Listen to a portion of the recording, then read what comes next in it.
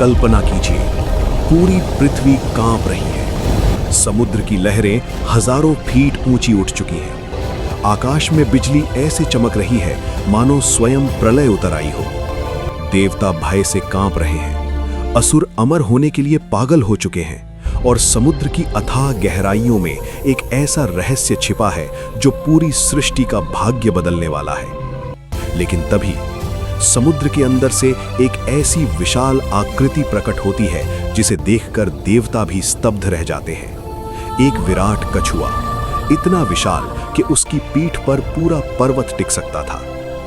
क्या यह सिर्फ एक पौराणिक कथा है या फिर हजारों साल पहले सचमुच कोई ऐसी घटना घटी थी जिसने मानव इतिहास को हमेशा के लिए बदल दिया? आज की इस डॉक्यूमेंट्री में हम जानेंगे लॉर्ड विष्णु के दूसरे अवतार कूर्म अवतार की पूरी रहस्यमयी कहानी। हम जानेंगे समुद्र मंथन का वो रहस्य जिसे दुनिया अमृत की खोज के नाम से जानती है। हम जानेंगे कि आखिर देवता इतने कमजोर कैसे हो गए थे, क्यों पूरी सृष्टि विनाश के कगार पर पहुंच गई थी और कैसे भगवान विष्णु ने एक विशाल कछुए का रूप लेकर पूरे ब्रह्मांड को डूबने से बचाया। लेकिन इस कहानी में सिर्फ आस्था नहीं है, इसमें छिपे हैं विज्ञान, ऊर्जा, ब्रह्मांड और मानव चेतना के ऐसे रहस्य जिन्हें आज भी वैज्ञानिक समझने की कोशिश कर रहे हैं। तो चलिए शुरू करते हैं उस यात्रा को जहां समुद्र सिर्फ जल नहीं था बल्कि अमरता, शक्ति और विनाश का द्वार बन चुका था। बहुत समय पहले स्वर्गलोक अपनी समृद्धि के चरम पर था। चारों ओर सोने के महल, दिव्य प्रकाश और अप्सराओं का नृत्य। देवता अपनी शक्तियों पर गर्व करते थे। देवराज इंद्र का वैभव इतना बढ़ चुका था कि उन्हें लगने लगा था कि अब तीनों लोकों में उनसे बड़ा कोई नहीं। लेकिन ब्रह्मांड का एक नियम है, जब अहंकार बढ़ता है तब विनाश उसका पीछा करने लगता है। एक दिन महान ऋषि दुर्वासा स्वर्ग पहुंचे। उनके हाथ में एक दिव्य माला थी।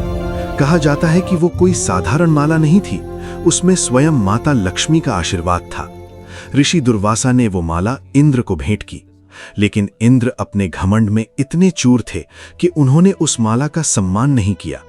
उन्होंने उसे अपने हाथी ऐरावत के सिर पर रख दिया। ऐरावत ने माला को जमीन पर फेंक दिया और अपने पैरों तले कुचल दिया। ये दृश्य देखते ही ऋषि दुर्वासा का क्रोध भड़क उठा। उनकी आंखों से अग्नि निकलने लगी। पूरा स्वर्ग कांप उठा।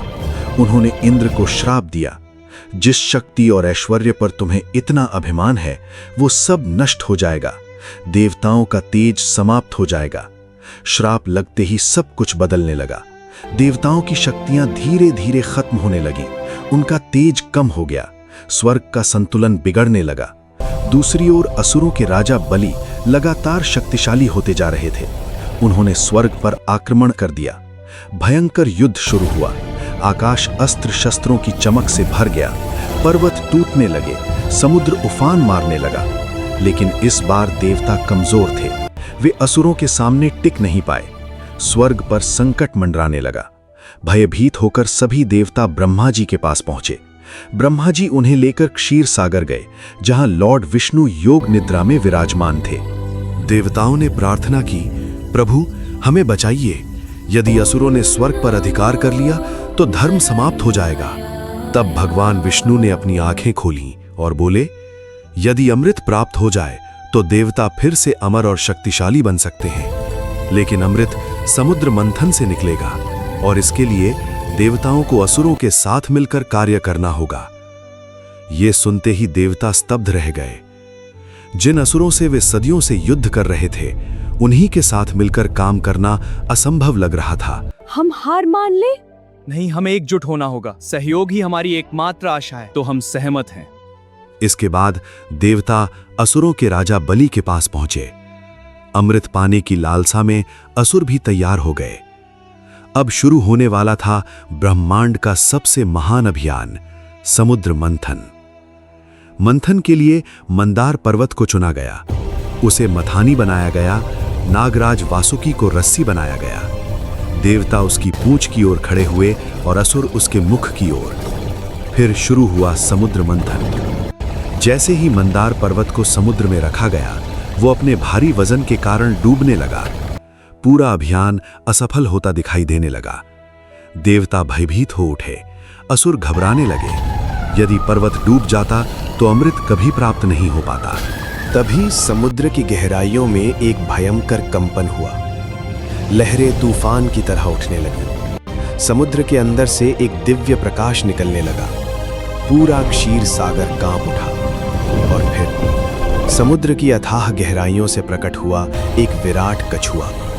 उसका आकार इतना विशाल था कि उसकी पीठ पर पूरा पर्वत समा सकता था। उसकी आंखों से दिव्य ऊर्जा निकल रही थी। उसका कवच किसी पर्वत से भी अधिक मजबूत था। यह कोई साधारण जीव नहीं था, यह स्वयं लॉर्ड विष्णु का कूर्म अवतार था।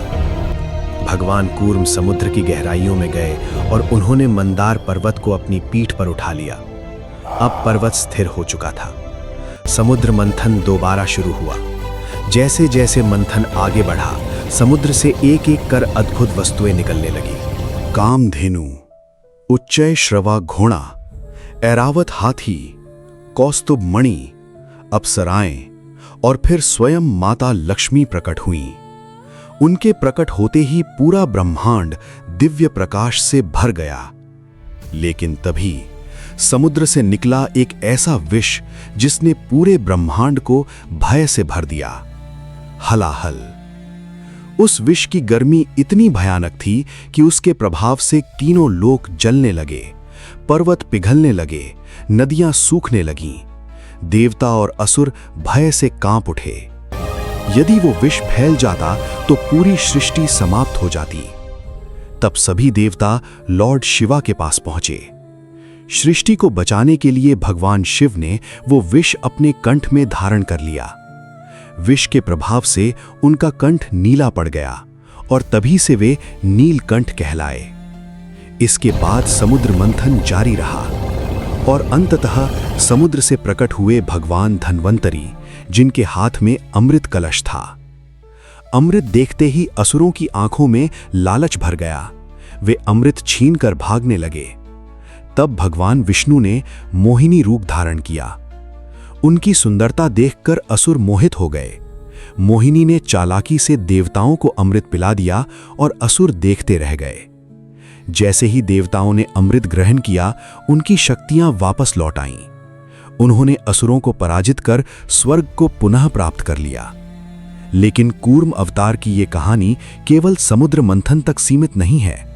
इसके पीछे छिपा है एक गहरा संदेश। जब जीवन असंतुलित हो जाए, जब संसार टूटने लगे, जब सब कुछ डूबता हुआ दिखाई दे, तब सबसे जरूरी होती है स्थिरता।